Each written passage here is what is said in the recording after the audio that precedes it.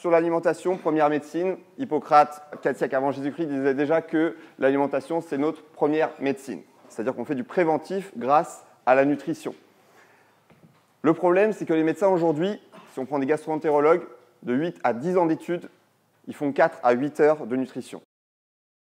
Donc sur le préventif, ils ne sont pas top. Là, l'idée, c'est vraiment d'essayer de vous apporter des connaissances qui sont très simples, très faciles à mettre en pratique. Déjà, si je reviens sur l'histoire, sur l'évolution humaine, Toumaï, il y a 7 millions d'années. C'est vraiment le plus grand ancêtre qu'on ait découvert aujourd'hui. Ceux qui nous ressemblent un peu plus, donc ceux qui font partie du genre Homo, Homo habilis, Homo erectus, lui, il y a 3 millions d'années. Après, il y a eu tout le paléolithique, qui est arrivé jusqu'à moins 15 000 ans.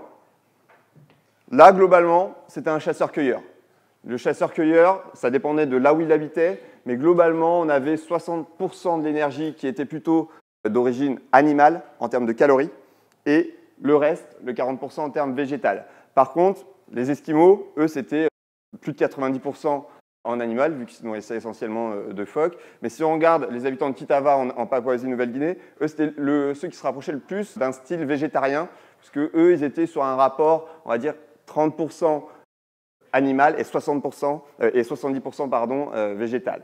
Donc ça dépend vraiment de là où habitaient les personnes par rapport au style alimentaire.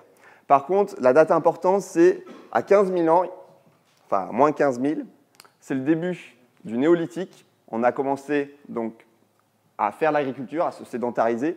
Et à partir de là, le fait de consommer beaucoup d'aliments à base de blé, on a vu tout un tas de maladies apparaître. Ce n'est pas quelque chose qui est apparu il y a juste 60 ans. On avait déjà des maladies qui n'existaient pas lors du paléolithique. Au paléolithique, ils mouraient d'infections, mais dites-vous bien que si on avait la médecine qu'on appliquait lors du paléolithique, toutes les personnes pourraient vivre centenaires sans problème.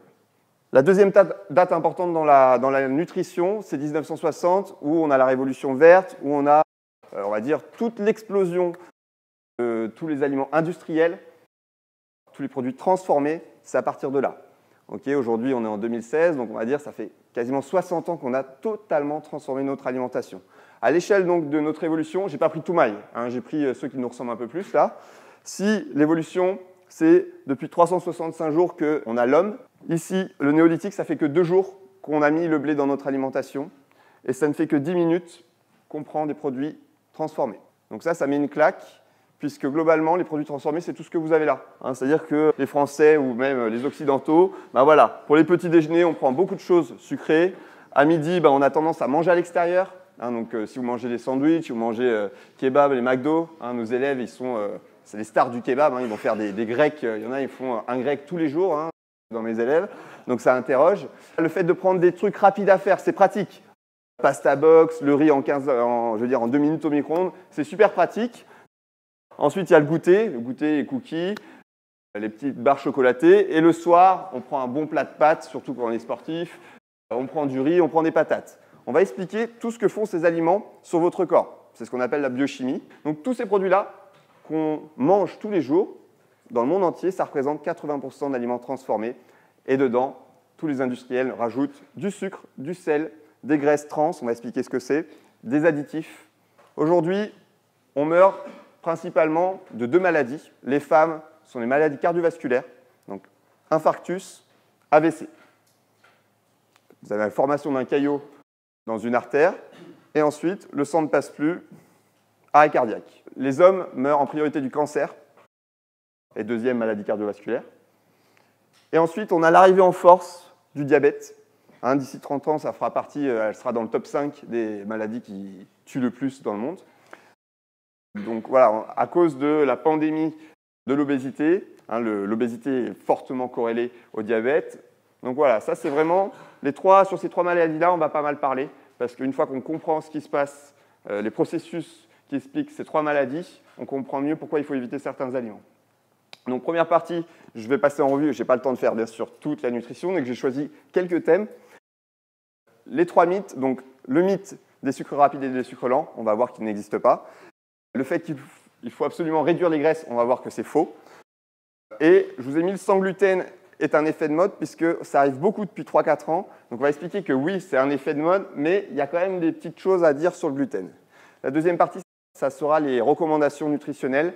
Je me base beaucoup sur le site de la nutrition.fr, de Thierry Soucard, de tous les livres des éditions de Thierry Soucard, puisque c'est vraiment la référence sur la vulgarisation scientifique en France, puisqu'il travaille en partenariat avec l'école de santé d'Harvard, avec Walter Willett, qui est tout simplement, pour moi, l'idéal en termes de science sur la nutrition. Mais Harvard n'a pas toujours eu cette connotation. Des fois, il y a eu des conflits d'intérêts avec toute l'industrie pharmacologique. Donc on va voir que là, en ce moment, Harvard se porte plutôt bien, et pas mal dissocié des conflits d'intérêts. Donc on peut faire plus confiance qu'avant à l'école de santé d'Harvard. Donc je reviens sur le premier mythe. Sucre rapide, sucre lent. C'est dans toutes nos têtes. C'est en gros, les pâtes, c'est des sucres lents. On peut en manger, surtout quand on est sportif. Et les sucres rapides, c'est tous les gâteaux, tout ça. Donc en gros, on évite les sucres rapides et puis on privilégie les sucres lents. On va voir que ce n'est pas forcément le cas. Chaque Français consomme 25 kg de sucre par an. Alors ce n'est pas le sucre de table, puisque 70% du sucre est caché dans les produits transformés. Quand vous mangez un kebab, quand vous mangez les pastas express, quand vous mangez des pâtes, c'est une forme de sucre. Donc voilà, c'est assez énorme. Donc on verra les conséquences que ça a. Quand vous mangez une biscotte, je vous ai pris un truc pour vous faire un rappel sur la digestion. La biscotte, elle passe dans l'estomac, dans laquelle elle est broyée, notamment sous l'effet d'acide. Ensuite, elle passe dans notre intestin. À ce moment-là, le sucre se transforme en glucose, puisque le glucose est la seule forme de sucre qui peut passer dans le sang. Ensuite, ce glucose passe dans le sang. Et ensuite, vous avez augmentation du sucre dans vos vaisseaux, c'est ce qu'on appelle l'hyperglycémie. Et en réaction, vous le savez, on a le pancréas qui va produire de l'insuline pour faire baisser la glycémie. Donc quand on a un pic de glycémie, on a un pic d'insuline qui nous permet de baisser la glycémie, puisque le corps déteste être en état d'hyperglycémie. Donc là, je vous ai mis une vidéo, alors j'espère qu'elle va marcher. Voilà. Donc là, vous avez un récepteur à insuline, l'insuline là-haut, le glucose qui passe grâce à l'insuline. C'est comme une clé. L'insuline va ouvrir une clé qui va permettre au glucose de passer dans la cellule graisseuse ou dans la cellule musculaire. Donc pour les sportifs, ce qui nous intéresse, c'est que ça passe le sucre dans les cellules musculaires et pas dans la cellule graisseuse.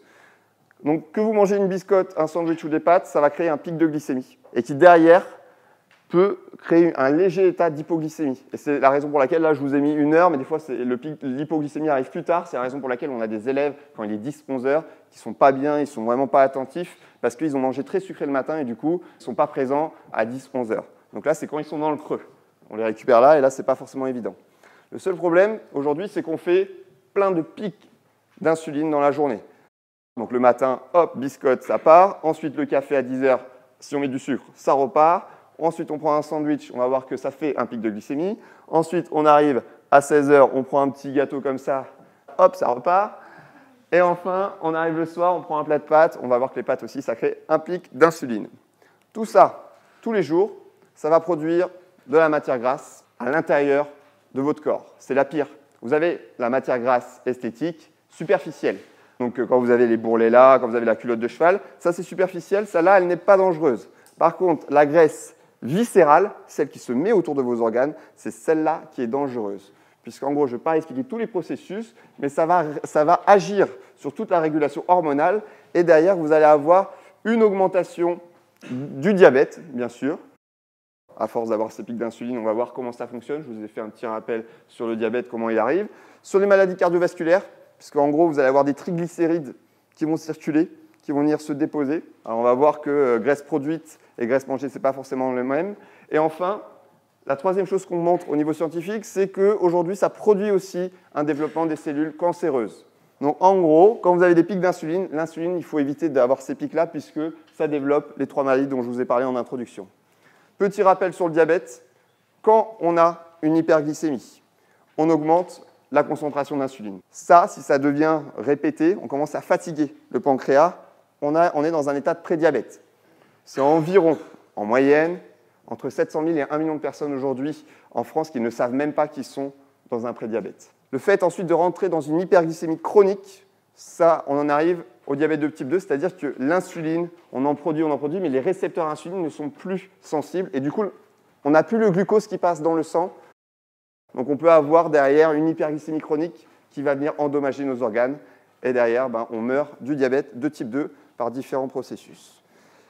Ce que vous devez retenir déjà comme point principal aujourd'hui, c'est la notion d'index glycémique, qui a révolutionné donc, toutes les connaissances sur la nutrition, qui nous permet de montrer comment évoluent les pics en fonction des aliments. On verra après qu'il y a un deuxième indicateur qui s'appelle l'index insulinique, qui est encore plus performant pour savoir l'effet. Et bien là, on s'aperçoit que quand on mange du riz, quand on mange des patates, ça a le même effet que quand on mange du sucre en poudre. Donc ça, c'est assez révolutionnaire, comme je vous le disais, dans l'histoire de la connaissance scientifique sur la nutrition. Quand on a un IG fort, on a un pic de glycémie et donc un pic d'insuline. IG, index glycémique. Les scientifiques les classent en 4 catégories. Les index bas, 0 à 20. Les index, on va dire modérés, 21 à 55.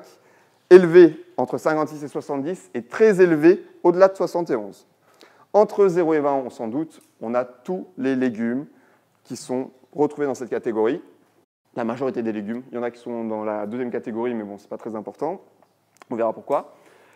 Pourquoi il faut manger des légumes? Non seulement on a l'IG qui est bas, pas de pic d'insuline, mais derrière, on a quand même présence de minéraux, surtout le potassium, qui permet de compenser l'acidité si vous mangez beaucoup de viande, beaucoup de protéines animales.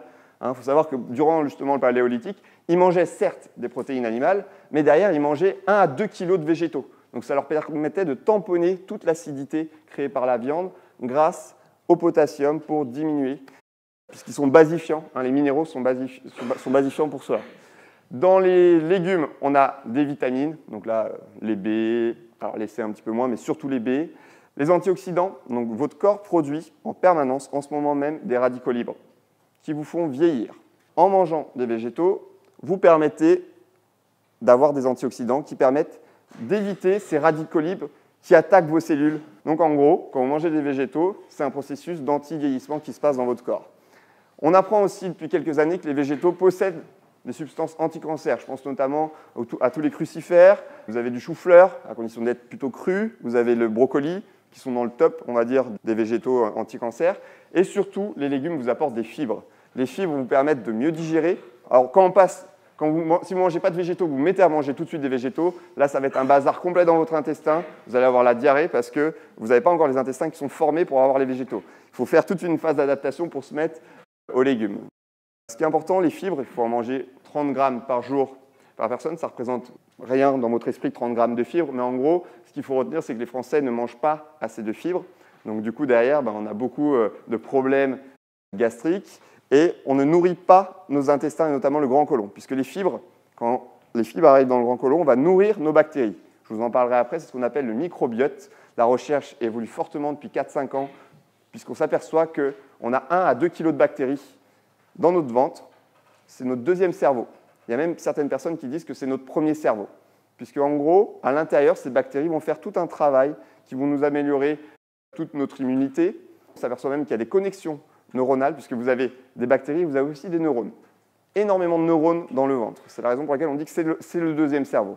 Et les fibres permettent de nourrir ce deuxième cerveau. Je vous ai pris quelques exemples au niveau des index glycémiques. Là, on est passé aux fruits. On est passé à la deuxième catégorie, un peu plus élevée, mais ça reste modéré. C'est-à-dire qu'avec la catégorie jaune, vous n'avez pas de pic d'insuline. La banane, tout le monde pense que il ne faut pas manger de banane. Si, vous pouvez manger des bananes sans problème. Par contre, c'est ce que je recommande souvent au niveau des fruits. Quand vous êtes sédentaire, 1 à 2 fruits par jour. Si vous êtes sportif, vous pouvez monter à 3, 4. Mais il ne faut pas manger non plus trop de fruits. Il ne faut pas manger 5, 6, 7 fruits par jour, puisque derrière, les fruits, c'est du fructose. Le sucre des fruits, c'est le fructose. Le fructose n'augmente pas les pics d'insuline. Par contre, il fatigue sur le long terme le foie. Vous allez avoir un foie gras. Le fait d'avoir un foie gras, vous êtes moins performant puisque ça diminue la sensibilité à l'insuline. Donc au final, ce n'est pas top de manger trop de fructose à travers les fruits ou par rapport au sirop de fructose. Retenez juste que c'est important d'avoir des fruits puisque aussi comme les légumes, vous avez des minéraux, des vitamines, vous avez des fibres. Mais par contre, attention à ne pas en prendre en excès non plus. Ensuite, là, vous allez me dire, l'ananas, le melon, on passe sur la catégorie supérieure, il devrait y avoir un pic d'insuline. La pastèque 72, on est dans la catégorie très élevée, il devrait y avoir un super pic d'insuline. En fait, on se rend compte que non, il n'y a pas de pic d'insuline. Pourquoi? C'est la limite de l'index glycémique, c'est-à-dire qu'elle ne représente pas la portion de l'aliment et notamment la quantité de sucre qu'il y a dans l'aliment. Ce qu'a fait Walter Willett, donc je vous rappelle celui qui dirige Harvard, qui est spécialisé dans la nutrition, il a créé l'index de la charge glycémique. Et ces 3 produits ont une charge glycémique faible. Comment on la calcule? C'est très simple. Je vais vous montrer des exemples après. Je vous mets juste la formule pour la voir. C'est l'index glycémique par la portion de glucides dans un aliment et même dans la portion de l'aliment. Donc ça, en gros, c'est je mange un demi-melon, et ben la portion, c'est le demi-melon. Je mange 150 grammes de pâtes, la portion, c'est 150 grammes de pâtes. Au niveau scientifique, on sait que la part de glucides dans la portion, donc du coup, après, quand on divise par 100, on peut avoir la charge glycémique. Pour la pastèque, imaginons une portion de 80 grammes. Dans 80 grammes, il n'y a que 6 grammes de glucides. Qu'on multiplie par l'index glycémique de 72, divisé par 100, ça nous fait, ici je vous ai fait l'étoile pour le différencier de l'index glycémique, on a une charge glycémique de 5, qui est faible.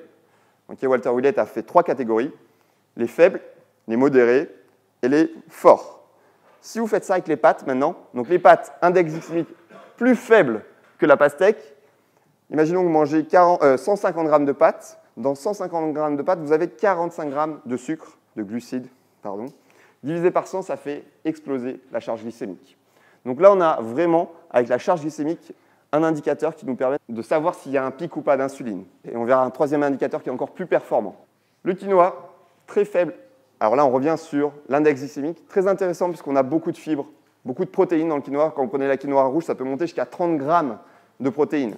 Donc quand on est végétarien ou végétalien, ça peut être intéressant. On reviendra plus tard sur les végétariens et les végétaliens. Quand vous prenez du pain complet, tous les pains complets, ils ont un index glycémique modéré. C'est-à-dire que si vous mangez tout le pain, bah là forcément vous allez avoir un pic d'insuline. Si vous mangez une petite portion de pain, vous n'allez pas avoir un pic d'insuline. Dans le cas du pain comme ça. Hein. On va voir les autres pains, ce que ça donne.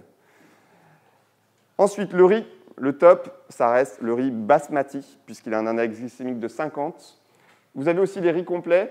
Par contre, les riz complets, leur défaut, c'est qu'ils ont des antinutriments.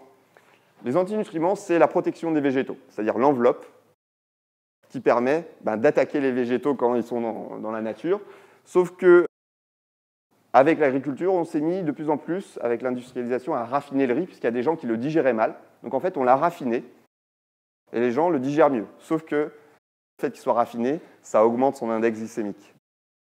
Donc là, si je reviens au complet, dans le complet, vous avez des antinutriments. Donc c'est bien le complet parce que l'index glycémique est faible. Par contre, les antinutriments, certaines personnes les digèrent mal et peuvent avoir ce qu'on appelle le syndrome de l'intestin irritable, du côlon irritable. Ensuite, si je passe le riz taille, on passe dans la catégorie orange, où là, on commence à avoir un pic d'insuline, surtout si vous en prenez une bonne portion quand vous en mangez.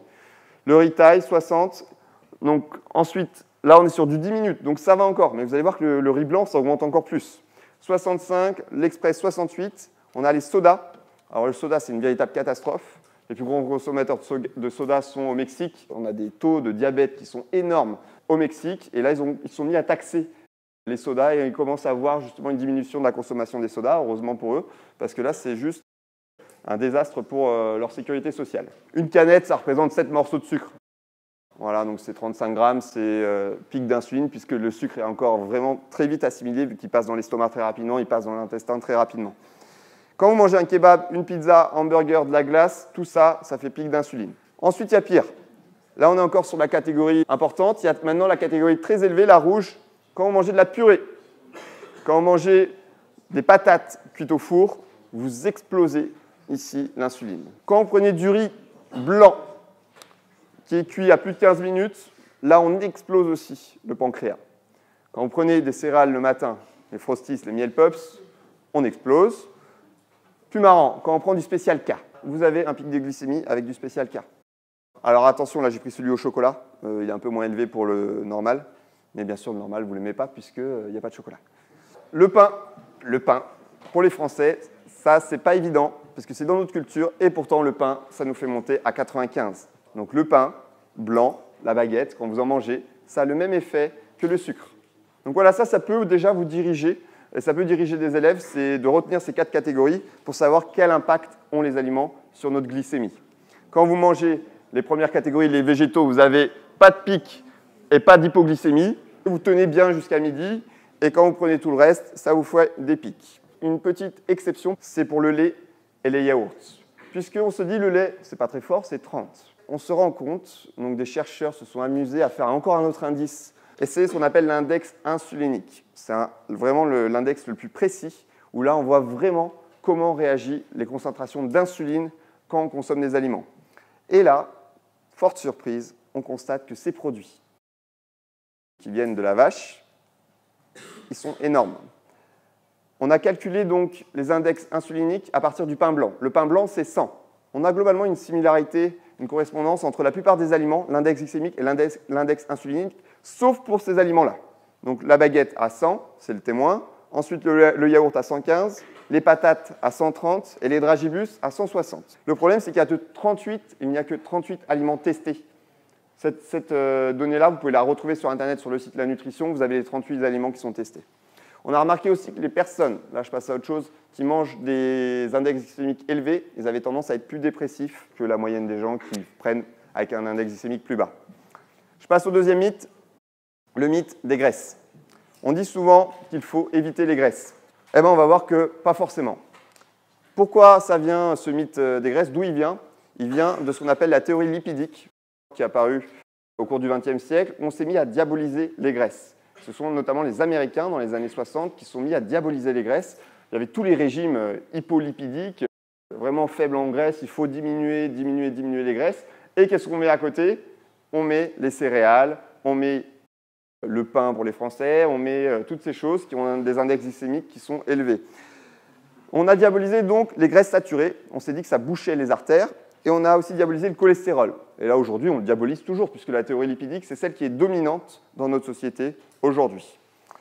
Pour contrer ça, on a le sauveur, encore une fois, Walter Willett, Harvard, qui nous propose la théorie glucidique. Lui, il dit non, la graisse, ce n'est pas le premier facteur, ce sont les glucides. Il faut différencier les graisses alimentaires et les graisses produites. Si je prends le cas du cholestérol, quand vous mangez, le cholestérol, ça ne représente que 25% de ce qui passe dans le sang. Le reste, c'est le foie qui produit 75% du cholestérol. Ça veut dire que même les véganes, les végétaliens, produisent du cholestérol. Alors qu'ils ne prennent pas de graisse animale, on pourrait se dire c'est quand même bizarre. Alors ils n'en produisent pas beaucoup du coup parce qu'ils ne consomment pas du tout de cholestérol, les végétaliens. Par contre, ils produisent quand même du cholestérol grâce à leur foie. Autre cas particulier, on s'est aperçu qu'en Papouasie-Nouvelle-Guinée, ces habitants de Kitava, qui bouffent tout le temps de la graisse de coco. Donc normalement, on s'attend vraiment à avoir des grandes concentrations. Et en fait, on s'aperçoit qu'il n'y a pas une grande quantité de décès à cause de ça. On voit qu'ils vivent totalement bien. Alors ça, c'est un médecin, donc cardiologue que j'aime beaucoup, Michel Delorgeril. C'est un lanceur d'alerte. C'est lui qui met aussi en France la théorie glucidique en avant et qui est contre la théorie lipidique, puisqu'il dit que lui, le cholestérol est innocent. C'est juste un témoin innocent. À cause du cholestérol, on a quand même 7 millions de Français qui prennent des statines, c'est-à-dire des médicaments qui font baisser le cholestérol. Le seul problème, c'est que lui, il montre avec les méta-analyses, en analysant vraiment les études indépendantes, puisque la plupart des études dans la nutrition, il y a beaucoup de conflits d'intérêts, il y a beaucoup de grosses entreprises qui payent les scientifiques pour avoir certains résultats. Lui, il allait voir un peu les résultats où c'est un peu plus indépendant. Et il se rend compte que les statines, il n'y a pas tant de baisse de mortalité que ça. Ça peut même poser des problèmes au niveau articulaire et ça peut créer encore plus de dégâts finalement que d'intérêt. Le gras, c'est la vie. Pourquoi c'est la vie? Puisque le gras, ça nous permet de faire nos cellules. Les membranes cellulaires, c'est composé de gras. Notre système immunitaire, il a besoin de gras pour fonctionner. Notre système cardiovasculaire, il a besoin de graisse pour transporter les protéines. Les graisses, elles permettent de réduire, d'éviter les inflammations, et les graisses, elles nous permettent de créer de la sérotonine et donc derrière d'avoir une régulation de l'humeur. Les personnes qui font des régimes hypolipidiques, donc pauvres en graisse, ont tendance donc à perdre du poids, sauf qu'au bout de 4-5 mois, hop, c'est encore pire. Le fameux effet yo-yo. Et c'est la raison pour laquelle il ne faut jamais faire de régime déjà amincissant. Le mot régime pour vous, pour l'inconscient collectif, c'est souvent lié à il faut manger moins. Mais régime, moi je l'entends dans le sens style alimentaire. Quand vous faites un régime hypolipidique, le corps, il traverse une phase dans laquelle il ne sait pas ce qui se passe. Et il pense qu'on traverse une phase de famine. Donc qu'est-ce que fait le corps? Il réduit son métabolisme de base. Sauf que quand on réduit trop le métabolisme de base, au bout d'un moment donné, le corps il peut vraiment demander plus d'énergie. Et derrière, on craque, compulsion, et on vient manger des trucs sucrés, l'insuline repart. Et sauf que là, quand vous allez reprendre la graisse, elle va aller directement dans vos cellules graisseuses. Et cette graisse-là, elle est beaucoup plus difficile à éliminer. Une fois que les adipocytes se sont multipliés, on ne peut plus les diviser. Elles sont là à vie. Donc après, les cellules se remplissent de plus en plus. Mais une fois qu'elles sont démultipliées, elles ne peuvent plus être divisées. C'est pour ça que ce n'est pas évident pour certaines personnes, parce qu'ils font des régimes à longueur toute leur vie, et du coup, les adipocytes sont déjà présentes. Pas évident. On a remarqué aussi, au niveau scientifique, que les régimes pauvres en graisse diminuaient toutes les régulations hormonales liées au bien-être, et du coup, forte concentration de dépressifs chez les personnes qui font des régimes hypolipidiques. Les graisses, donc elles sont bien, mais pas toutes. Les mauvaises, ce sont les graisses trans, et c'est le fait de mal répartir les graisses. On va un peu parler de ça. Vous avez dans les catégories de graisses, les graisses trans, les graisses saturées, monoinsaturées, polyinsaturées, cholestérol et les phospholipides. Moi, je vais en développer que certaines. Les graisses trans, on montre aujourd'hui que ce sont les graisses trans qui produisent ces trois maladies-là. Et il faut les limiter. On va voir où elles se retrouvent. Les graisses trans sont produites par deux moyens. Vous avez la vache qui en produit naturellement. C'est pour ça que vous avez des graisses trans aussi dans les produits issus de la vache. Et on fait aussi ce qu'on appelle au niveau chimique une hydrogénation partielle qui permet de fabriquer de manière synthétique des graisses trans. Ça sert à donner aux industriels de l'agroalimentaire beaucoup de texture dans leurs aliments. Et c'est vraiment pas cher pour eux d'en mettre, donc ils en mettent. On en trouve donc dans toutes les fritures, dans tout ce qui est gâteau, on en trouve dans les pizzas, tout ça, dans les produits laitiers vu que c'est un produit qui vient de la vache, et on en trouve énormément dans les margarines de mauvaise qualité. Donc à éviter absolument les margarines de mauvaise qualité parce que là, c'est les plus grosses concentrations de graisses trans. Les graisses saturées, le beurre. Le beurre, c'est une graisse saturée. Donc on a souvent diabolisé le beurre. Moi, je vous dis que le beurre, en fait, ce n'est pas si mauvais que ça. À condition d'en manger avec modération, plutôt le matin. C'est bien de partir avec des lipides, des graisses le matin. Le top aussi, on va en parler, c'est la graisse de coco. La graisse de coco que mangent les habitants de Kitava et qui n'en meurent pas, justement au contraire, qui ont une meilleure santé grâce à la graisse de coco. On va voir les effets qu'elle a sur notre corps. Et vous les avez aussi dans les oléagineux, donc tout ce qui est amandes, tout ce qui est noix. Et puis les noix du Brésil, ça c'est très bon puisque vous avez des protéines dedans, vous avez des fibres et vous avez des bonnes graisses saturées. Les graisses saturées, alors il y a les bonnes et les mauvaises. Ça dépend de la chaîne au niveau chimique. Okay, les chaînes moyennes, la graisse de coco c'est une chaîne moyenne dans les graisses saturées et les charcuteries ce sont des longues chaînes. La charcuterie il faut l'éviter, par contre la graisse de coco on peut y aller. Là pareil, on a des études qui nous montrent que pour le traitement de l'épilepsie, pour le cancer, pour Alzheimer et la tension artérielle, c'est le top. Je passe à un aliment préféré de nos adolescents, le Nutella, peut-être vous aussi. Le Nutella, on en parle beaucoup, c'est l'huile de palme. L'huile de palme, c'est une graisse saturée aussi. Au niveau, pareil, des connaissances qu'on a aujourd'hui sur l'huile de palme, il y a un mystère. C'est-à-dire qu'il y a les pros, l'huile de palme, c'est de la merde. Et il y en a d'autres qui disent l'huile de palme, en fait, c'est pas le pire. Tout dépend si elle est raffinée ou pas. Dans plein de tribus, dans plein de pays, on mange tous les jours, on fait cuisiner ces aliments avec de l'huile de palme. L'huile de palme, elle est rouge. Normalement, elle est comme ça, l'huile de palme. Nous, on ne mange pas de l'huile de palme comme ça. Nous, elle est raffinée, et quand elle est raffinée, là, c'est pas bon. Le deuxième problème de l'huile de palme, ça reste quand même la déforestation. Si vous allez en Malaisie ou en Indonésie, c'est assez hallucinant. C'est que des champs de palmiers pour faire de l'huile de palme pour Nutella. Et le problème, c'est qu'en Malaisie, il y a des singes, des orang-outans, et du coup, ça chasse les orang-outans. Donc, ce n'est pas top non plus pour l'écologie et pour les animaux. On passe aux graisses monoinsaturées. C'est ce qu'on appelle communément les oméga 9. Les oméga 9, c'est l'huile d'olive, ce sont les avocats, les deux aliments principaux, on va dire, dans notre alimentation en France. Alors, vous le savez, l'huile d'olive, il faut en prendre pour notre système cardiovasculaire. On s'aperçoit, avec les dernières connaissances, que c'est plutôt grâce au polyphénol qu'on arrive à avoir des meilleurs effets sur notre santé, sur notre cœur et nos vaisseaux sanguins. Par contre, votre huile d'olive, elle doit être extraite en première pression à froid. Ça vous permet d'avoir plus de polyphénol et donc plus de substances positives pour votre santé. Et si vous la prenez bio, alors là, c'est encore mieux. On va parler du bio. Pareil, on va voir, il y a bio et il y a bio. Donc, quand vous irez au magasin, déjà prenez de l'huile d'olive plutôt. Vous regardez bien s'il y a la mention extraite à froid et en première pression. On parle maintenant des graisses polyinsaturées, les fameuses oméga 3 et oméga 6. Vous les retrouvez dans pas mal d'huiles. On va voir lesquelles. On les retrouve dans tout ce qui est poisson et puis les viandes. Et on les retrouve dans les céréales. Alors, s'opère un véritable battle entre les oméga 3 et les oméga 6 dans votre corps, en ce moment même. Les oméga 6, ils sont pro-inflammatoires. Ils sont importants, puisque c'est les premiers qui arrivent quand vous avez une inflammation, pour agir directement sur votre inflammation. Et ils ont un effet coagulant. Par contre, les oméga 3, c'est l'inverse. Effet anti-inflammatoire Quand on était pendant le paléolithique, il y avait autant d'oméga 3 d'oméga 6, donc c'était bien équilibré. Quand c'est un rapport de 2 pour 1 encore, on est bien. Par contre, au néolithique, il y a 15 000 ans, on s'est mis à cultiver. Et là, le fait de manger du blé, du maïs, ça a augmenté fortement les oméga 6 par rapport aux oméga 3. Dans les années 1960, généralisation de l'huile de tournesol, explosion du rapport entre les deux. On ajoute à cela diminution de la consommation du poisson et des coquillages qui étaient riches en oméga 3. Et donc, on arrive aujourd'hui à un rapport de 14 pour 1. Vous avez 14 fois plus d'oméga 6 que d'oméga 3 peut-être dans votre corps aujourd'hui. Ça, qu'est-ce que ça fait? Derrière, problème cardiovasculaire, problème inflammatoire. Attention, les oméga 6 sont importants, il ne faut pas non plus les supprimer de votre alimentation. C'est plutôt comment on fait pour réduire les oméga 6 et augmenter un peu les oméga 3. L'idéal, c'est un rapport, on va dire, de 2 pour 1. 2 fois plus d'oméga 6 que d'oméga 3.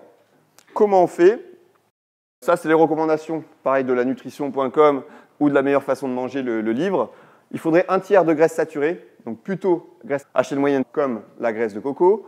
Vous avez besoin de moitié de graisse en oméga 9, donc là, vous pouvez privilégier ces deux aliments-là, l'huile d'olive et puis les avocats. Et enfin, il reste une petite partie pour les oméga 6 et les oméga 3, où là, vous allez utiliser certaines huiles, comme le colza, le lin ou la cameline. Le colza, ça reste le top, puisque ce n'est pas trop cher, ça ne rancit pas, et vous avez un bon rapport oméga 6, oméga 3. Donc moi, ce que je fais, c'est que je consomme la graisse de coco, qu'on appelle aussi huile de coco. Ça dépend de la température. Vous pouvez voir que quand il chauffe dans votre pièce, en fait, la graisse se transforme en huile. Le colza, bon rapport oméga 6, oméga 3. Le lin, forte concentration d'oméga 3. La cameline aussi. Par contre, le problème de ces deux huiles-là, c'est qu'elles vont rancir avec l'oxygène, avec la lumière. Donc, elles ne tiennent pas trop dans la durée. Et une fois que ça rancit, c'est dangereux pour votre santé. Dirigez-vous vers le colza, ça vous coûtera moins cher. Vous avez Pierre Weil ici, qui est un ingénieur agronome, qui a permis de développer cette marque Bleu Blanc Cœur. Lui, en gros, il est là pour dire on en a marre de cultiver toujours les mêmes choses riches en oméga 6. Il faut remettre la luzerne, le lin, qui sont des graines qui sont riches en oméga 3. Pour notre santé, c'est mieux.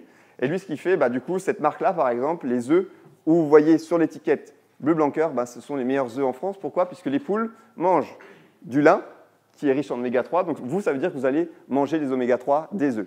On est ce que mange la poule, on est ce que mange la vache. Si la vache, aujourd'hui les vaches, la majorité de ce que bouffent les vaches, c'est du maïs et du blé, même du maïs. Sauf que le maïs, il est riche en oméga 6, donc en gros, quand vous mangez de la viande, quand la vache mange du maïs, du coup, c'est une viande riche en oméga 6 qui n'est pas bonne pour la santé. Si vous mangez un morceau de viande qui vient de Suisse, où la vache, elle a galopé dans les alpages, elle a mangé de l'herbe, et bien là, vous allez avoir une viande qui est plutôt riche en oméga 3. Les œufs, alors là, haro sur les œufs, on a toujours dit qu'il ne fallait pas trop en consommer à cause du cholestérol. Vous savez maintenant pourquoi le cholestérol, enfin je vais y venir plus tard, mais le cholestérol, on va voir que ce n'est pas si dramatique que ça. Ils ont fait manger plein d'œufs aux gens, je crois que c'était 4 à 5 œufs par jour, et ils ont regardé ce que ça faisait sur la concentration de cholestérol. Dans 80% des cas, ça n'a rien fait. Pourquoi? Parce que c'est le foie qui régule. S'il y a beaucoup de cholestérol qui arrive, le foie en produit moins, et s'il y en a peu qui arrivent, le foie en produit plus. C'est un peu comme la glycémie, c'est-à-dire que notre corps arrive à s'autoréguler par rapport à ça. Par contre, quand on mange trop d'aliments qui vont être en graisse trans et tout, là, on vient perturber ce mécanisme au niveau du foie, et là, on vient dérégler comme l'insuline qui produit le diabète. Là, on peut avoir les maladies cardiovasculaires ou le cancer. En gros, ce qu'il faut retenir, c'est que vous pouvez manger des œufs. Alors, il y a certaines personnes, les 20% où ça évolue, mais ce n'est pas dangereux non plus pour la santé. Donc ça peut être important pour vous de retenir ça, à condition que les œufs soient bien sûr riches en oméga 3, c'est encore mieux. Les œufs, c'est les protéines les moins chères. C'est pour ça qu'en muscu, c'est intéressant aussi de commencer votre journée avec un œuf au plat, une omelette. Alors c'est vrai que pour les Français, c'est dur de l'entendre, de commencer sa journée avec des œufs au plat ou une omelette, mais dites-vous que pourtant, pour notre corps, c'est l'idéal de commencer notre journée avec ça. Le bon cholestérol, le mauvais cholestérol, c'est comme le bon et le mauvais chasseur. Eh bien en fait, il n'y a pas trop de différence entre les deux puisque ce sont des transporteurs. Ils transportent plein de choses dans notre corps, notamment des protéines. La fonction du LDL, c'est d'acheminer le cholestérol du foie jusqu'au système cardiovasculaire et le HDL, il le rapporte vers le foie. Le problème, ce n'est pas tellement le LDL, c'est quand il vient s'oxyder. Et quand il s'oxyde, on a des réactions inflammatoires. Il vient se placer à ce niveau-là dans votre artère. Et ça représente que 10% d'une artère bouchée. Qu'est-ce que c'est que le reste? Alors déjà, ça c'est une plaque d'athérome, athérosclérose. Vous avez votre plaque on la voit souvent des fois à la télé. Le problème, ce n'est pas tellement la plaque, c'est la formation du caillot qui vient boucher l'artère, derrière infarctus ou accident vasculaire cérébral. Qu'est-ce qu'il y a dans cette chose-là exactement? Il y a une partie sclérosée, la partie bleue, et la partie lipidique, c'est la partie jaune. 70% de votre athérosclérose, c'est de l'élastine, du collagène et de la fibrine. Il n'y a pas de cholestérol dans la majorité de ce bouchon. Dans les 30%, vous avez un tiers de cholestérol et vous avez 2 tiers de triglycérides, de phospholipides et d'acides gras. Donc on voit en fait que le cholestérol, il est vraiment minime. On le diabolise dans ces artères-là, mais c'est que 10%. Par contre, les triglycérides, les phospholipides, ça, voilà, quand vous avez une alimentation qui est riche en ça, votre corps va en produire plus des triglycérides. Et ceux-là, ils vont être un peu plus délétères.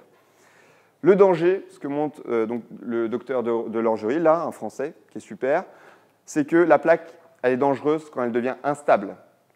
En gros, ce n'est pas tellement la dimension du bouchon, c'est plus quand elle devient instable, ça va créer derrière un caillot, et c'est le caillot qui va venir faire l'infarctus. Je vous rappelle, avec une vision en 3D, on voit un peu mieux. Le problème, c'est que quand vous allez manger des produits qui sont sucrés ou des produits avec un index glycémique qui est élevé, vous allez créer du fibrinogène à partir de l'insuline. Et le fibrinogène, c'est ce qui va venir, on va dire, calcifier, mais je ne devrais pas dire calcifier, mais on va dire durcir ce caillot. Donc on en revient encore à l'insuline. Et c'est la raison pour laquelle l'insuline et tous les aliments associés sont délétères pour notre santé cardiovasculaire. J'en arrive au troisième mythe. Le mythe du sans gluten. Le sans gluten est un effet de mode. Alors oui, c'est un effet de mode à cause de l'effet marketing, mais par contre, on va voir qu'au niveau de la biochimie, le gluten, ce n'est pas terrible non plus. On a généralisé le style alimentaire sans gluten, c'est notamment grâce à Joko, à Froome. Dans les sports d'endurance, on a énormément de sportifs qui se mettent au sans gluten.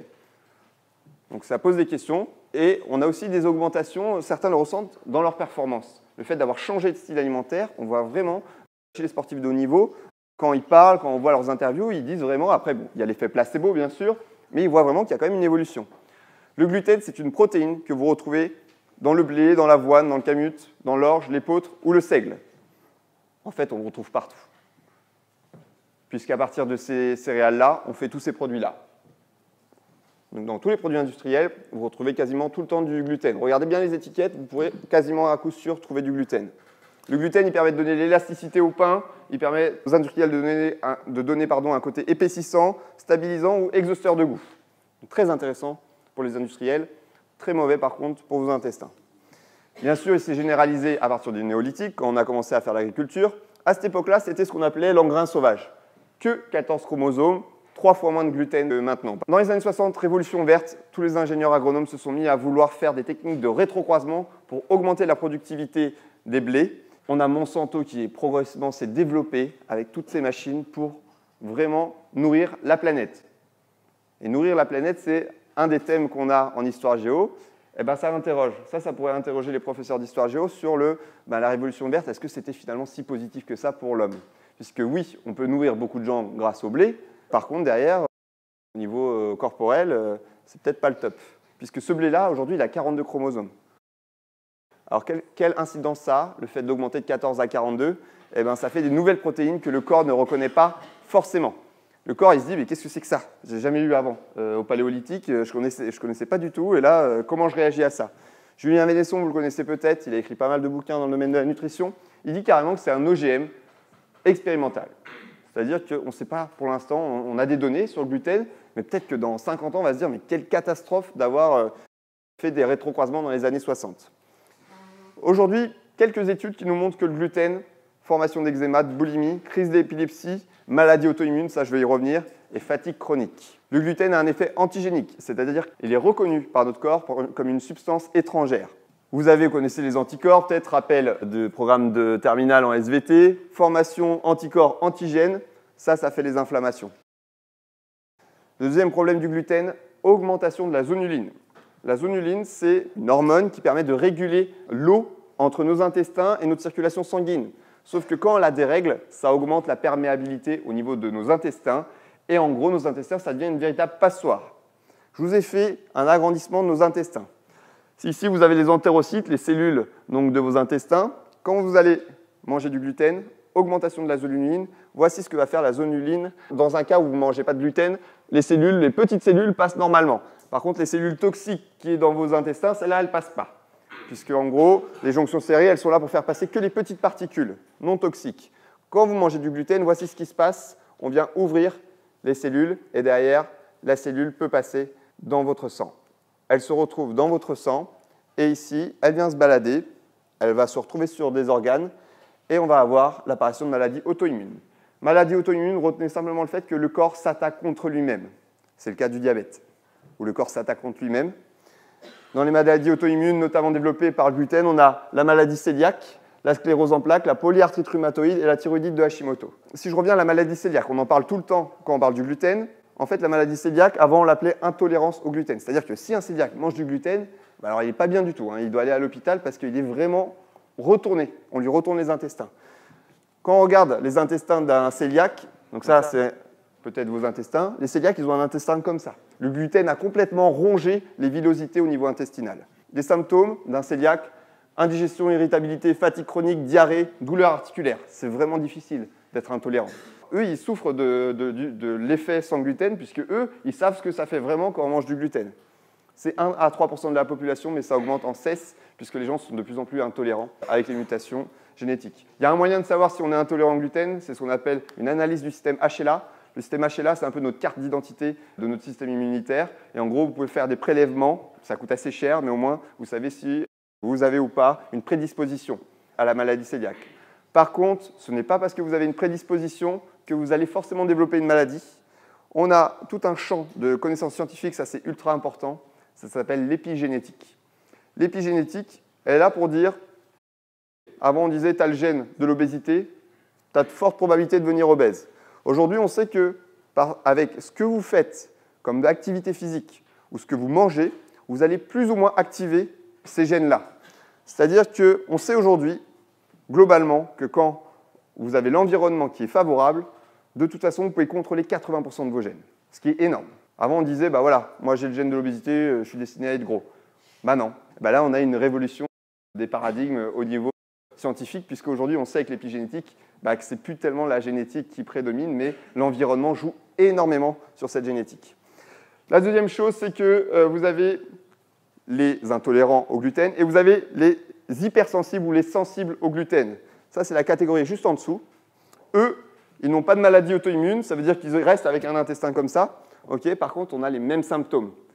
Tous ces symptômes-là, on les retrouve aussi chez les sensibles au gluten. Ce qui pose un problème dans le diagnostic au médecin, c'est qu'en gros, ils voient les mêmes profils. Par contre, quand ils analysent les intestins, ils voient que les intestins, ils sont nickel. Donc, ils se disent, ouais, c'est bon, tu racontes du flan. Donc, pas évident, la sensibilité au gluten, puisqu'aujourd'hui, on sait même, au niveau des statistiques, on ne sait pas trop. On estime entre 6% à 33% de personnes sensibles au gluten. Aujourd'hui, on a un fossé, on ne sait pas. On ne connaît pas exactement ce chiffre-là. 6 à 33%, l'échelle est trop importante. Par contre, on sait que de plus en plus de gens sont sensibles au gluten. Le problème du sans gluten, de l'effet de mode qui peut être lié au sans gluten, c'est que tous les rayons que vous voyez dans les supermarchés, en fait, les aliments qui sont vendus dans le sans gluten, ils ont tous, pas tous, mais il y en a une grande majorité qui ont des index glycémiques qui sont élevés. Je vous en ai pris quelques-uns. Quand vous allez prendre du pain sans gluten, vous dites « super, je prends du pain sans gluten, c'est trop bon pour ma santé ». Ouais, en fait, le pain sans gluten, il va te créer les mêmes maladies, diabète au niveau cardiovasculaire. Ça va être le même problème. Ça me permet de parler du bio. Ouais, je mange bio et sans gluten. Quelqu'un qui mange cette pizza, il dit ouais, je suis au top de ma life, puisque je mange bio et je mange sans gluten. En fait, pas du tout. On peut manger de la merde en mangeant du bio et du sans gluten. Ça, c'est pour vous rappeler que dans notre culture française, parce que c'est très important de parler quand même de la culture quand on parle de nutrition, pour des Français, c'est pas évident de leur dire que le pain blanc, c'est mauvais pour la santé. Ouais, c'est mauvais pour la santé, mais je suis français, donc je mange du pain. Ne viens pas me saouler avec ça, je vais manger du pain jusqu'à la fin de mes jours. C'est important aussi de parler de ça, puisque des fois, c'est vrai, quand on fait ce genre de conférence, on dit ouais, mais on n'a plus rien le droit de manger. Bien sûr, ça dépend tellement de la religion, la culture, il y a tellement de paramètres qui sont en jeu dans notre nutrition que bien sûr, on ne peut pas changer un comportement alimentaire. Moi, il n'y a que les personnes qui viennent vers moi, qui veulent changer, qui me disent ouais, je veux maigrir, je veux faire ça. Je vais peut-être le conseiller avec toutes ces choses-là, mais je ne vais pas m'imposer dans sa culture ou dans sa religion, bien sûr. Pourquoi on est autant addict au pain? Pourquoi on est autant addict à nos céréales? Pourquoi on est autant addict à notre petite tartine? Eh bien parce qu'il y a des exorphines qui sont créées quand on en mange. Quand on digère le blé, on va créer des exorphines. Les exorphines, je vous l'ai mis ici, ça a la même propriété, ça vient se fixer au même endroit que les opiacés, les récepteurs à opiacés dans notre cerveau. C'est-à-dire que quand vous en mangez, ça a créé le même bien-être qu'on peut avoir avec un petit peu de morphine. Quand vous allez courir, vous avez le fameux runner height qu'on met dans les copies de CAPEPS et d'Agreg pour faire bien. Le runner height, on va créer des bêta-endorphines. Ben, ça vient se fixer au même endroit, c'est-à-dire que vous êtes bien, vous mangez du pain, ça crée quelque chose de positif. Et c'est pour ça que c'est difficile, c'est que ça rend totalement addict. Depuis tout petit, on en mange, donc on ne s'en rend même plus compte qu'il y a une véritable addiction.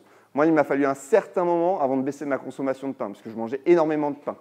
Si je parle maintenant des styles alimentaires, là, vous avez les styles alimentaires qui sont reconnus comme les plus sains pour notre santé, notamment les 4 premiers. Le style alimentaire paléo, c'est celui qui diminue le plus la mortalité, encore plus que le style végétarien. Le style crétois, bien sûr, la culture en Grèce où on va manger, on va boire, on va assaisonner avec l'huile d'olive. Ils vont manger beaucoup de légumes, les crétois. Donc tout ça fait que toujours, quel que soit ce régime, on a toujours quel que soit le style alimentaire, on a toujours énormément de végétaux. Okinawa, c'est une île au Japon où il y a le plus de centenaires sur notre planète. À Okinawa, ils mangent beaucoup de végétaux et très peu de produits transformés. Ce qu'il y a de commun entre tous ces styles alimentaires, c'est qu'ils sont pauvres en glucides, low carb en anglais. Donc en gros, ils sont efficaces, ces styles alimentaires, puisqu'il y a peu de glucides. Donc on en revient à la théorie glucidique. Et le paléo, il est sans gluten quand il est strict, mais il y a des styles paléo qui intègrent le gluten en petite quantité. Je vais vous parler très brièvement du microbiote. Donc je vous en ai déjà parlé. Vous avez 2 kg de bactéries dans votre intestin. Vous avez la fermentation dans le côlon droit, ensuite ça passe là, et ensuite vous avez la putréfaction. Ici, vous avez les glucides qui sont pas mal digérés. Ceux qui mangent beaucoup de glucides, du coup, tous les gaz que vous pétez, ils sont produits là. Ceux qui mangent beaucoup de protéines, putréfaction ici. Donc pareil, là, les gaz, il faut être plus. Donc là, ceux qui mangent beaucoup de viande, ça se passe là. Il faut nourrir les bactéries, mais pas en excès. Sinon, vous avez ce qu'on appelle une dysbiose intestinale, c'est-à dire qu'il n'y a pas d'équilibre entre les flores intestinales. Je vais développer juste le fait qu'il y a les prébiotiques et les probiotiques. Il y a les antibiotiques, les prébiotiques, les probiotiques.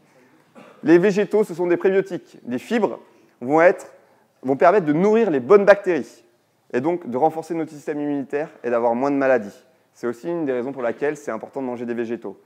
Les probiotiques, ce sont tous les aliments qui vont fermenter. Donc, en fermentant, ça va produire des bactéries. Ces bactéries, si on les mange, donc là vous avez notamment le cas du Cafilus, qui est très très riche en bonnes bactéries. Donc ça va vous permettre de reconstruire votre flore intestinale pour quelqu'un qui n'a pas une bonne flore intestinale, qui a une dysbiose intestinale. Ça va permettre de redonner beaucoup de substances positives à votre corps. On passe à la partie recommandation. Toute la base jusqu'à maintenant, vous allez voir en fait que ça va aller très vite dans les aliments. Donc on va projeter certains aliments. Donc voici un livre que je vous recommande très fortement. Moi qui m'a vraiment fait beaucoup changer dans mes représentations sur la nutrition, puisque c'est Thierry Soucard qui est donc à l'origine des éditions de Thierry Soucard et qui a créé des livres, une édition et un site internet qui se basent sur beaucoup d'études scientifiques indépendantes, puisque la plupart, comme je vous l'ai dit, des études scientifiques sur la nutrition ont des conflits d'intérêts avec l'industrie agroalimentaire. C'est-à-dire que Coca-Cola va peut-être demander à des scientifiques de travailler sur l'obésité, tout ça pour montrer que les sucres, ce n'est pas si mauvais. On passe au petit déjeuner. Vous l'aurez compris, au petit déjeuner, on évite. Là, je vous ai mis une croix, ça ne veut pas dire on abandonne, bien sûr. Mais en gros, ce n'est pas le top pour votre glycémie. Tout ce qui est la confiture, bien sûr, ça fait augmenter la glycémie. Le Nutella, alors le Nutella, ce n'est pas forcément, je vous ai dit, la graisse de palme, mais c'est plus le sucre qu'il y a dedans. Puisque le Nutella, c'est 60 grammes de sucre pour 100 grammes de Nutella. C'est énorme. Le miel, alors le miel, c'est moins pire. Il y a un moment donné, on s'est dit le miel d'acacia, il est encore mieux, plus riche en fructose, puisqu'il fait moins élever la glycémie. Là, encore une fois, c'est une question de modération. Si vous ne mangez pas trop de miel, ça va. On a plein de substances qui sont positives pour la santé, moins de bactéries, voilà. On a des choses qui sont intéressantes. Par contre, si vous avez un excès de fructose, vous aurez un foie gras. Ensuite, les céréales. Les céréales très très riches, bien sûr, en sucre. On lit un peu les étiquettes. Ce qui est le plus important dans une étiquette, c'est la concentration de sucre. Donc, à la ligne, ne jamais regarder la ligne ici. Puisqu'en gros, vous avez ici Coco Pops qui sont très malins. Tous les céréales, Kellogg's met toujours pour 30 grammes. Essayez de mettre 30 grammes de céréales dans un bol. C'est le fond du bol. Quand on met des céréales, c'est 100 grammes de céréales. Donc en gros, quand on prenait 100 grammes de Coco Pops, à la ligne sucre, pardon, que j'ai mis ici, qui est là-haut, vous avez marqué sucre totaux 36 grammes. Donc vous avez 36% de sucre dans les Choco Pops. Moi, ce que je mets globalement, c'est essayer de trouver des céréales qui ne dépassent pas les 15 si vous ne voulez pas avoir trop de pics d'insuline. Là, j'avais trouvé cela, le muesli sans sucre ajouté, il est à moins de 15 grammes. Et là, vous allez me dire, ouais, mais c'est dégueulasse. Bah oui, vous avez raison, c'est dégueulasse. Pour quelqu'un qui est habitué à manger des Coco Pops, c'est dégueulasse, on est bien d'accord. Je viens au lait. Haro sur le lait, puisque le lait, en gros, il a été très polémique. Il y a des gens, alors, il faut vous dire, hein, Pierre Mendès France, après la Seconde Guerre mondiale, ben, il y avait un excès de lait. Donc, qu'est-ce qu'il a fait? Eh ben, il a donné beaucoup d'argent à toute l'industrie laitière pour distribuer le lait où? Dans les écoles. Les fameux 3 produits laitiers. Les produits laitiers sont nos amis pour la vie. Ça vient de là. Ça vient de Pierre Mendès France. Et du coup, ça, il pouvait le distribuer. Hein, c'était super pour lui. Par contre, derrière, c'est que pour notre santé, ce n'est pas forcément le top. Je vous ai mis le cas de la Suède, premier consommateur de lait au monde. On se dit, bah, ils doivent avoir des os, ça doit être du béton, quoi. Des trucs, ça ne casse pas, quoi. Eh bien, dites-vous que les Suédois, c'est là où il y a la plus grande concentration de fractures du fémur au monde. Ça interpelle beaucoup. Ils boivent énormément de lait et ils ont énormément de fractures. Eh bien, en fait, le lait, c'est très acide. Donc, le fait que vous ayez de l'acidité dans votre corps, ça va diminuer l'absorption du calcium. Donc ça, c'est très important à comprendre, c'est qu'il faut avoir une alimentation qui ne soit pas trop acide. Quand vous allez manger de la viande, quand vous allez manger des produits laitiers, vous allez augmenter l'acidité dans votre corps et vous allez diminuer l'absorption du calcium. Quand vous allez manger des produits avec du magnésium, on va permettre de mieux assimiler le calcium. Donc ça, très important. Par contre, je ne suis pas un anti-lait non plus. Ceux qui ne sont pas intolérants au lactose, le lactose, c'est le sucre du lait. Alors, la majorité des gens sur cette planète sont intolérants au lactose.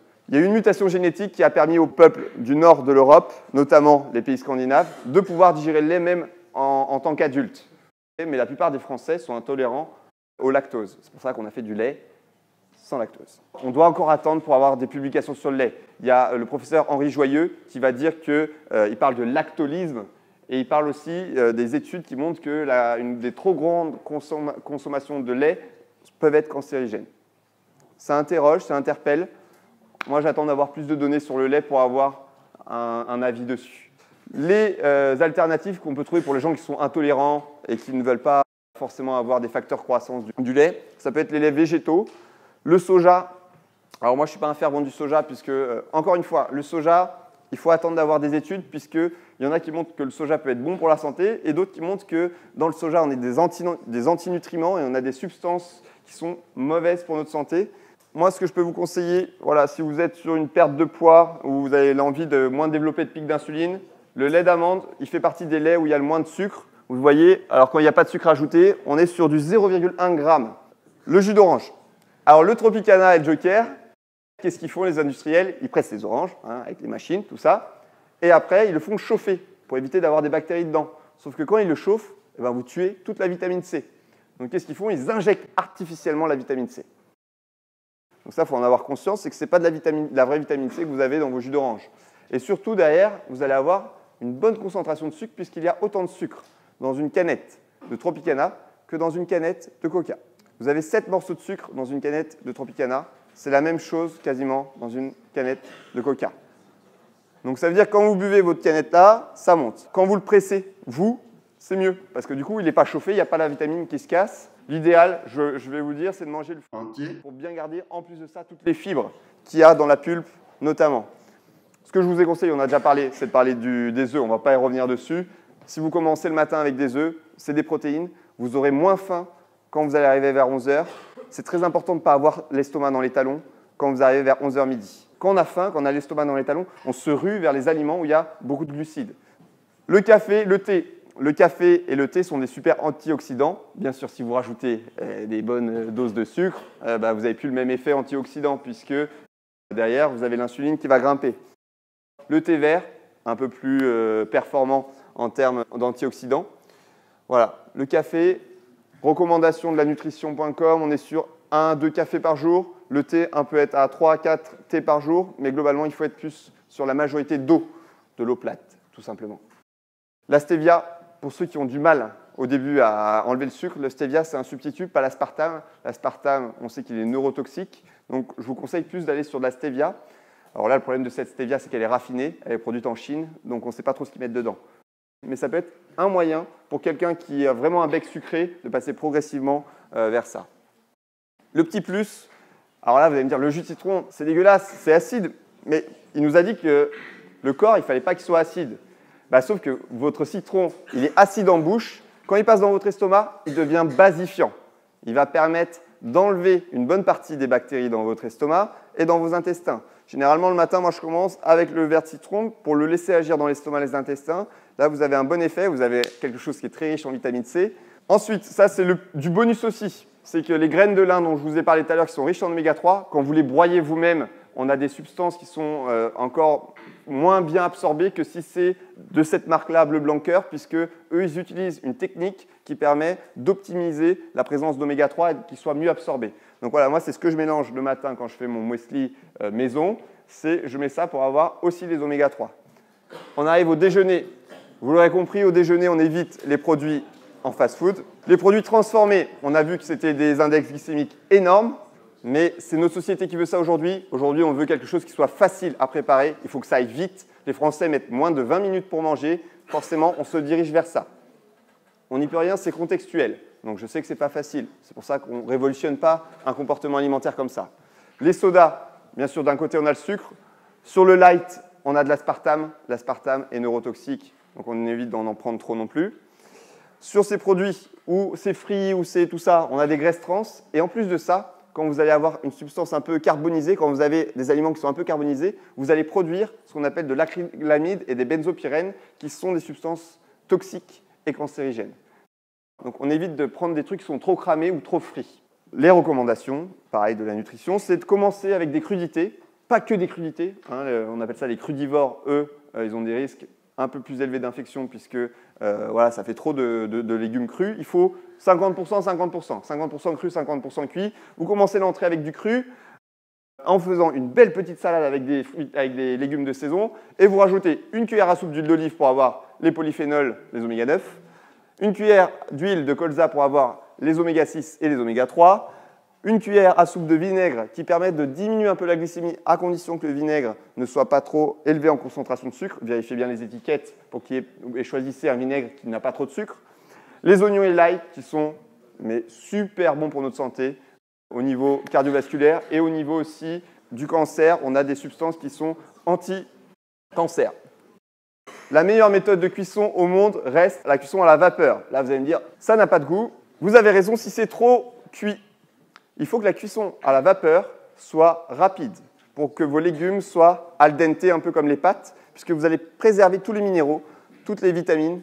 Enfin, ça va un peu partir, mais moins que si vous cuisez longtemps.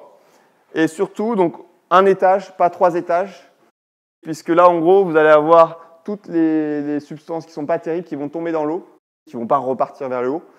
Ça, c'est le vitaliseur de Marion Kaplan, donc la bionutritionniste, qui avait créé à l'époque, qui était à la recherche du meilleur ustensile pour cuisiner. Et donc, la forme en dôme lui permet de ne pas dépasser les 100 degrés. Et donc, ça permet de conserver toutes les vitamines et les minéraux. Donc, ça, c'est vitaliseur Marion Kaplan. 200 €. Par contre, vu que moi, je cuisine tout le temps avec, ça peut peut-être être un super investissement pour votre santé. C'est-à-dire que moi, je cuisine maintenant qu'avec ça. En gros, j'arrive, là, je vous ai mis des photos perso. Je vais au marché ou au supermarché bio prendre mes légumes. Et ensuite, je viens ici cuisiner. Alors, je n'ai pas du tout de formation de cuisinier. Je n'ai jamais lu un bouquin de cuisine. C'est juste en cuisinant au fur et à mesure, j'ai trouvé les légumes qui me plaisaient. Et derrière, je rajoute des aromates, faisant une petite sauce avec du lait de coco ou de la sauce de coco. Les aromates, toutes les épices et les aromates sont super bonnes puisque ce sont des antioxydants et ça donne du goût. Si vous êtes le bec salé, je vous conseille de prendre du gomasio. Le gomasio, c'est une poudre qui vous permet d'avoir, qui est naturelle aussi, et qui vous permet d'avoir ce goût salé avec moins de sel, moins de sodium, donc moins d'hypertension. Le bio est-il vraiment intéressant? Ça dépend lequel. Moi, je vous conseille de prendre du bio pour les légumes. Pourquoi? Parce que moins de pesticides. Aujourd'hui, on a de plus en plus de données sur le fait que les pesticides, les fongicides, les herbicides sont vraiment mauvais pour nos santé. Il Il y a juste à aller voir les hôpitaux en Amérique latine pour voir ce que ça fait sur les accouchements des bébés, là où les parents vont asperger les champs d'herbicides, de fongicides et de pesticides. C'est un véritable désastre. Il faut en avoir conscience, donc au niveau éthique, mais aussi pour votre santé.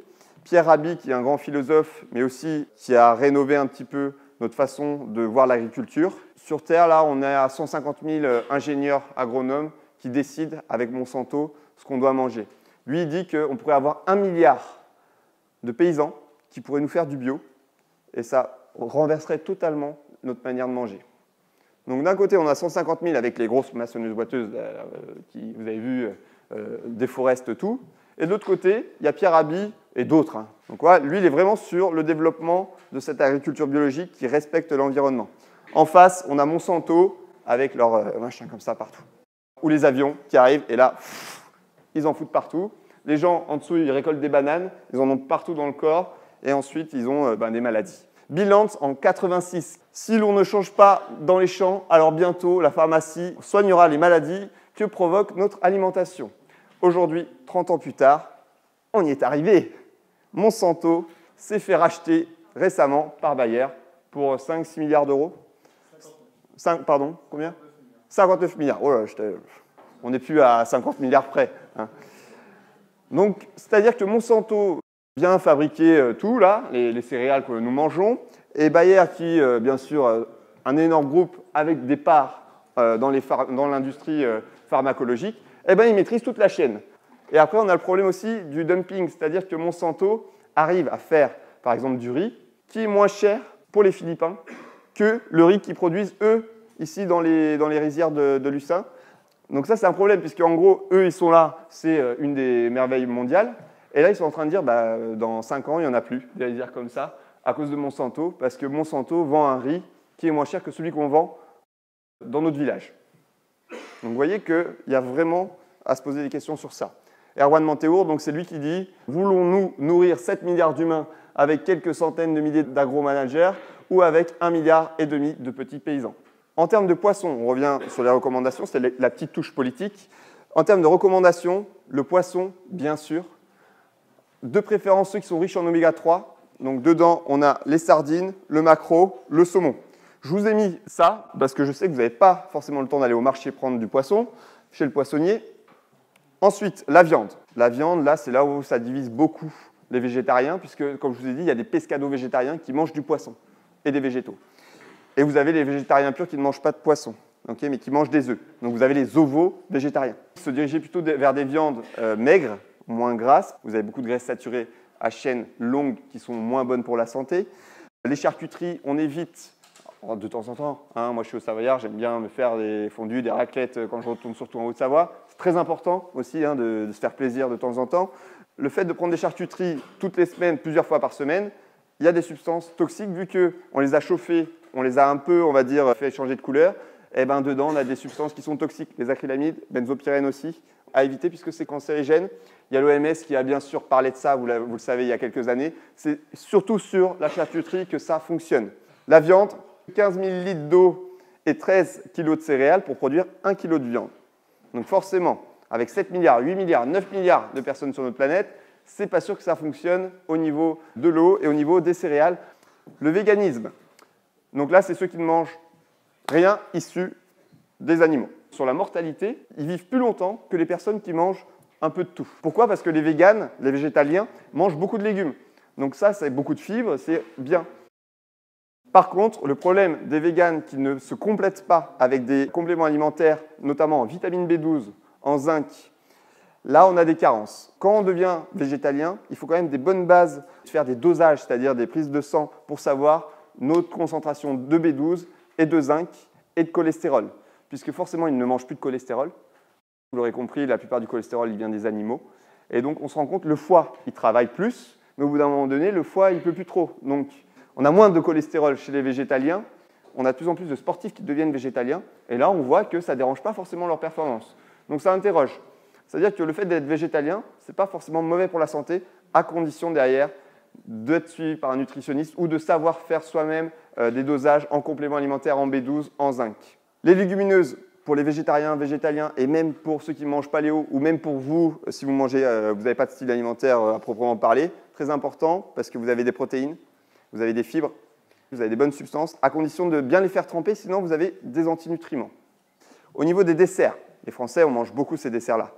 Là, vous savez, avec tout ce que j'ai dit avant, on fait monter l'insuline. Modération sur le fromage, plutôt des fromages, comme je vous ai dit, de chèvre, de brebis, puisque moins de facteurs croissance, et moins de facteurs croissance, c'est moins de probabilité d'avoir le cancer. Bien sûr, on met des fruits. Donc ça, je vous ai déjà parlé des fruits, on ne va pas revenir dessus.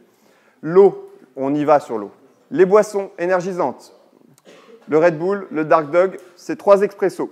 Bah, vous imaginez bien qu'on peut avoir un pic d'insuline, et ce qui fait que si vous buvez ça, des fois j'ai des élèves qui disent « Ah, j'ai pris une Red Bull là, pour le 3 x 500 mètres ».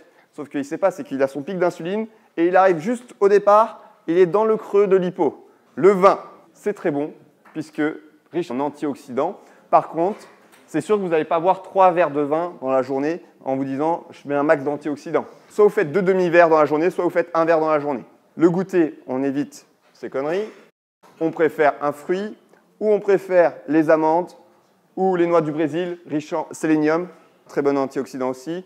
Les noix, vous pouvez varier. Alors ça coûte cher, mais vous pouvez en prendre en petite quantité, ça vous coupe un peu la faim. Vous arrivez le dîner sans avoir trop faim. Le chocolat, riche en antioxydants, à condition d'être supérieur à 80%. Au dîner, principe, on mange léger si possible. Donc, c'est-à-dire que quand vous attaquez le matin, si vous prenez un bon petit déjeuner, vous avez déjà moins faim à midi. Vous prenez une petite collation avec des amandes, un fruit. Vous arrivez le soir, vous avez moins faim que si toute la journée vous êtes là, vous êtes démené à fond. Le fait après de digérer ça pendant la nuit, vous allez créer plus de matière grasse si vous mangez lourd la nuit. Et on évite l'excès de protéines et de graisses. Donc les protéines et les graisses plutôt le matin. Pourquoi ? Parce que les graisses et les protéines sont plus lentes à digérer. Donc derrière, il faut que vous arriviez. Quand vous couchez dans votre lit, il faut que la digestion soit minimisée. Donc si vous avez mangé beaucoup de protéines et beaucoup de graisses, l'estomac il va encore travailler 3-4 heures. Du coup, vous allez arriver sur le premier cycle de sommeil. Vous serez encore dans la digestion et du coup, votre premier cycle de sommeil il commence à foirer. Les recommandations des sportifs. Alors le style paléo, c'est paléolithique, c'est-à-dire on mange pas tout ce qui est céréales, toutes ces choses-là, où on diminue la quantité de céréales. On mange beaucoup de végétaux et on choisit des bonnes protéines animales ou végétales. On peut faire un style paléo-végétarien. Il y a même des végétaliens, sans gluten ou avec un peu de gluten. Moi, je me dirige vers un style paléo avec un peu de gluten parce que, voilà, avec les potes, le week-end, on a envie de manger au restaurant et forcément, quand on va au restaurant, on mange du gluten. Ce que montre au niveau scientifique, c'est que le style paléo, ça permet d'augmenter les réserves en glycogène parce qu'avec les index glycémiques bas, on fait de meilleures réserves en glycogène, très intéressant pour les sportifs, surtout les sportifs d'endurance. Optimisation des graisses. C'est très important pour les sportifs d'arriver à optimiser la consommation de graisse. Et diminution des problèmes digestifs. Les marathoniens, il y en a plein, ils connaissent ça. Ça fait vraiment des problèmes digestifs quand on arrive sur le 20e kilomètre, 30e kilomètre. On se rend compte qu'avec un style paléo, le fait d'avoir pas de gluten, on vient moins travailler ses intestins. Très intéressant pour les marathoniens ou les ultramarathoniens. Avant l'effort, on évite les IG élevés. Pas d'entraînement 48 heures avant. Bon, ça, il y a différentes méthodes. Mais en gros, ça sert à bien charger ses stocks de glycogène. Et on limite les fibres végétaux juste avant l'épreuve, puisque les fibres, ça fait travailler les intestins. Donc, on évite. C'est le seul moment où on évite plus les végétaux. Pendant l'effort, ça dépend si c'est inférieur à 1h30 ou supérieur à 1h30. On boit juste de l'eau, 30 à 70 centilitres par heure sur un effort inférieur à 1h30. Et quand ça dépasse 1h30, on peut prendre des solutions, des mélanges de glucose, donc il y a de la maltodextrine, 50 grammes par heure, et les protéines aussi, puisque votre corps se dégrade, les protéines, les muscles se dégradent pendant l'effort. Le sodium, on dit souvent il faut boire de l'eau avec un peu de sel, parce qu'on perd du sel. Là, je vous l'ai mis, la phrase, quand on transpire, notre teneur corporelle en eau diminue plus vite que notre teneur corporelle en sodium. Cela signifie que notre concentration sanguine en sodium augmente. Et oui, donc ça ne sert à rien de prendre du sel. Vous pouvez en prendre après l'effort. Une fois que vous avez remis un peu plus, l'eau commence à se recharger, votre corps commence à se recharger en eau, mais sinon, vous n'allez que empirer les choses. Après l'effort, on privilégie les IG bas pour bien reconstruire ces stocks de glycogène. On mange des protéines et on consomme des légumes pour diminuer l'acidité. Les légumes vont apporter du potassium. Le potassium va diminuer l'acidité créée par votre effort. Les sportifs de force, les boxeurs, ceux qui font de la muscu, du crossfit. Le style paléo aussi, toujours intéressant, avec un peu plus de protéines que le modèle avant, puisqu'en musculation, on vient plus détruire les fibres. On prend des protéines. Alors ça, souvent on dit, on les voit tous avec leur shaker dans les salles de muscu. Dès qu'ils ont fini, ils ont soulevé, ils sont là, hop, je vais prendre mon shaker, tac. On voit tout le temps ça. Et bien en fait, on se rend compte que ce qui est important, c'est de fractionner dans la journée ces apports de protéines toutes les 3 à 4 heures. C'est ce qui permet d'optimiser l'anabolisme et de réduire le catabolisme. Mélange de protéines avec des glucides, c'est le top. Vous pouvez prendre du PeptoPro avec un mélange de glucides. Mais ce que j'explique aux élèves, parce que j'ai beaucoup d'élèves qui me demandent tout le temps, est-ce que je peux prendre des protéines en poudre? Et j'ai des élèves qui prennent de la poudre, qu'ils n'ont pas besoin de prendre des protéines en poudre quand ils sont débutants, et même quand ils sont adolescents. Le simple entraînement, le simple fait de manger des protéines diversifiées dans l'alimentation suffit. Moi, souvent, je leur dis, après ça ne tient qu'à moi, mais je leur dis d'attendre leurs 18 ans pour prendre leurs décisions eux seuls. Je vous rappelle, les protéines, les œufs sont intéressants, le poisson en général. Dans les légumineuses, on a des protéines. Dans les amandes ou les différentes noix, on a des protéines. Et sinon, la whey, mais plutôt de la whey, donc c'est du lait. Alors le lait, mais c'est le petit lait. Il y a la caséine et la whey dans le lait. Donc ce qu'on fait, c'est qu'on chauffe le lait, on récupère le petit lait, ce qui nous donne la whey ou le PeptoPro. Et ça, c'est moins dangereux pour la santé que la caséine. La caséine vient, elle aussi, comme le gluten, détruire plus les intestins. Ce qu'il faut retenir, c'est que déjà, juste par notre alimentation, on n'est pas obligé de prendre des protéines en poudre. Déjà, on a plein de solutions de trouver des protéines ailleurs. Très important. Quelques conseils, bien mâcher les aliments, ça permet de mieux digérer. Création d'histamine. Vous pouvez, entre le mois d'octobre et le mois de mars, vous compléter avec de la vitamine D. La majorité des Français sont carencés en vitamine D. Aujourd'hui, on sait que la vitamine D, elle est excellente pour notre santé. On évite les régimes hypocaloriques. Alors ça, c'est ce que j'essaye de développer aussi avec les élèves, avoir un regard critique sur les recommandations européennes, puisque ça nous vient de Coca-Cola, Monsanto, qui ont des lobbies, ils placent donc beaucoup d'argent pour avoir le contrôle des députés européens. Et les députés européens, ce sont eux qui font les recommandations européennes. Donc forcément, c'est Monsanto, si j'abrège, qui peut contrôler indirectement les recommandations européennes en termes nutritionnels. Ça, c'est aussi les élèves, ils aiment bien ça, comment on améliore le sommeil, de préférence en mangeant 2 heures au moins avant d'aller dormir. Le fait de réduire sa température corporelle, on évite d'avoir une douche ultra chaude et manger léger. On fait moins fonctionner l'intestin et forcément l'estomac aussi, et forcément on va mieux dormir. Importance de l'activité physique, je ne vais pas la développer, la plupart, vous savez que c'est important. C'est quand même qu'on fait 8 fois moins d'activité physique depuis 1850. Attention à ne pas tomber dans la recherche absolue de la bonne santé. Très important. Notamment le cheat meal le week-end. Le cheat meal, c'est un repas où on triche qui permet de redynamiser le métabolisme pour éviter au métabolisme de base de descendre. Si vous mangez tout le temps bien, votre métabolisme de base va diminuer.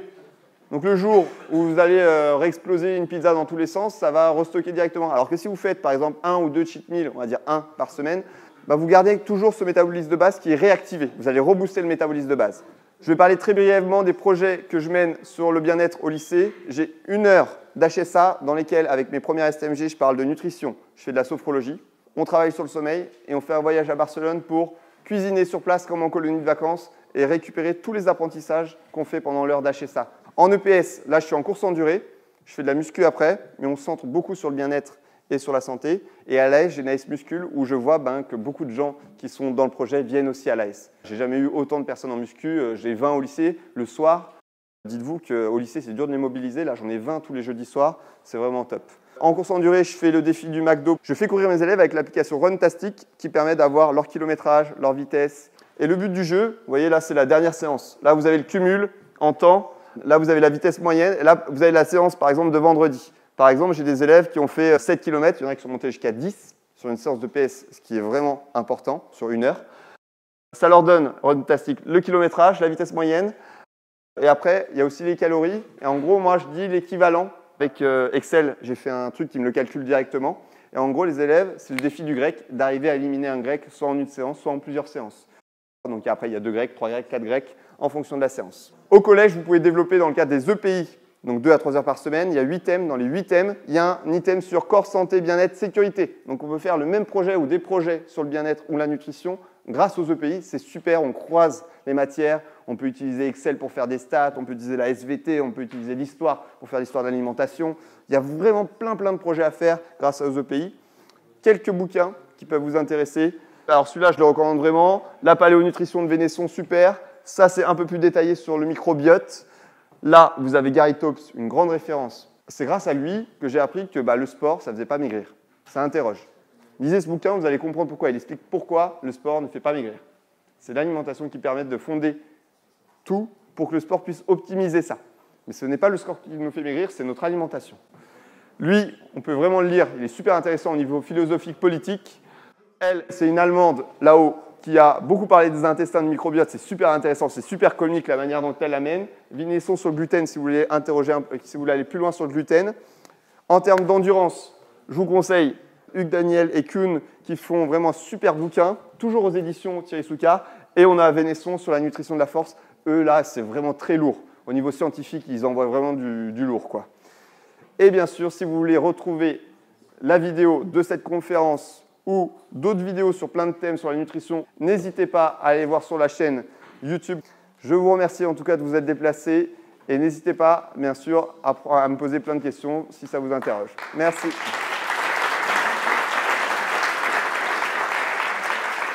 Merci d'avoir visionné cette conférence. Si vous souhaitez aller plus loin, j'ai écrit un livre sur la longévité qui parle d'alimentation, d'activité physique, de gestion du stress et du sommeil. Donc n'hésitez pas à aller sur Amazon, il est en version brochée ou en version digitale. Merci.